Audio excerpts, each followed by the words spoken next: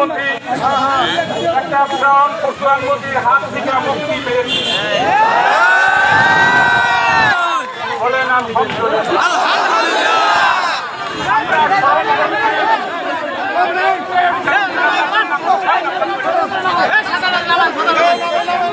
আমরা স্মরণ করছি বিগত দিনে 11 বছরে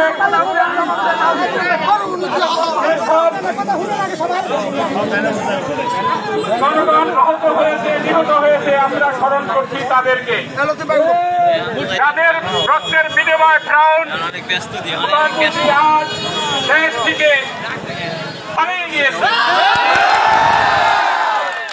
যার ফলে এদেশের মানুষ একটা জিম্মি ছিল, প্রতিবন্ধী হিসাবে চলত, কোনো কথা বলার কোনো সুযোগ ছিল না, কারো কোনো বাক স্বাধীনতা ছিল না, বক্তৃতা দেওয়ার কোনো সুযোগ নাই। আমরা ধৈর্য সহকারে এই 17 বছর চলেছি, এখনো চলবো। আমরা এই দল করার কারিগর হিসেবে আমাদের দল থেকে দায়িত্ব নেব বলে আশা করছি ইনশাআল্লাহ। আমাদের এই দেশের যত কিছু করা হয়েছে, আমাদের ট্যাক্সের বিনিময়ে এই দেশের সমস্ত সম্পদ করা হয়েছে। আমাদের ট্যাক্সের বিনিময়ে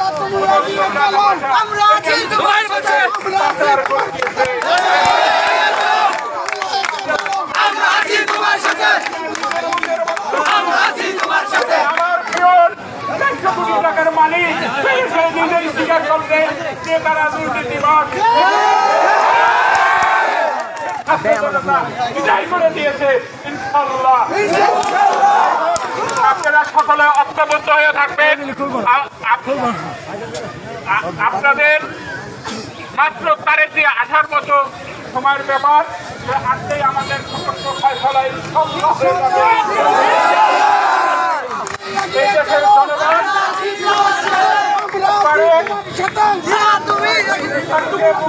হামলা চালিয়েছে, শ্রমিকের উপরে হামলা চালিয়েছে, রিক্সাওয়ালাদের উপরে হামলা চালিয়েছে, ছাত্রদের উপরে হামলা চালিয়েছে, অসংখ্য লোকজনকে হত্যা করেছে এই খুনি হাসিনা।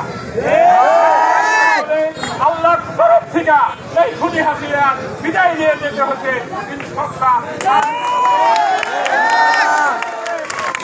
পরিষ্কার কথা বলতে চাই, এই বাংলার মাটিতে আর কোনদিনই আওয়ামী লীগের নাম চিরতরের জন্য ইনশাআল্লাহ এদেশের জনতা বিদায় দিয়েছে শেখ হাসিনাকে।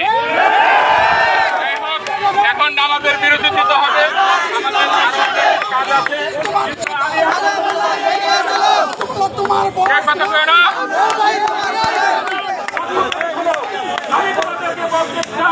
কোনো সংশ্লিষ্ট কোনো কাজে লাগবে না, কোনো শক্তিটা স্তরের কোনো কাজে লাগবে না।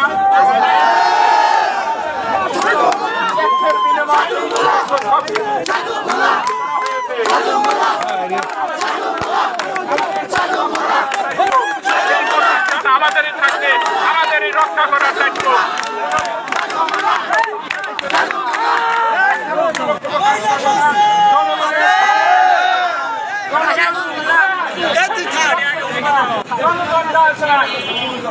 হবে এখন আমাদের জন্য বিরতি দিলাম, আমরা সকলে নামাজ পড়বো, তারপর পরবর্তী